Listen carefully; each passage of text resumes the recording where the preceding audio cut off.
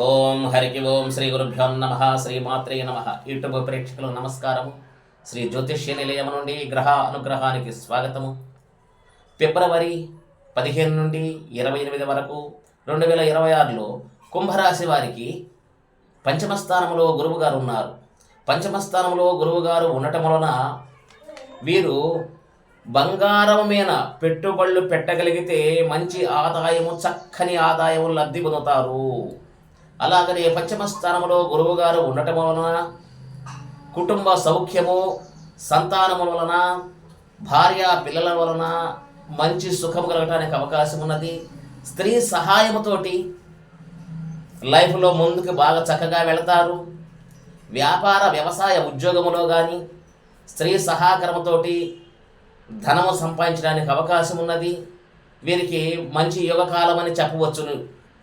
Time బాగా చక్కగా ఉన్నది.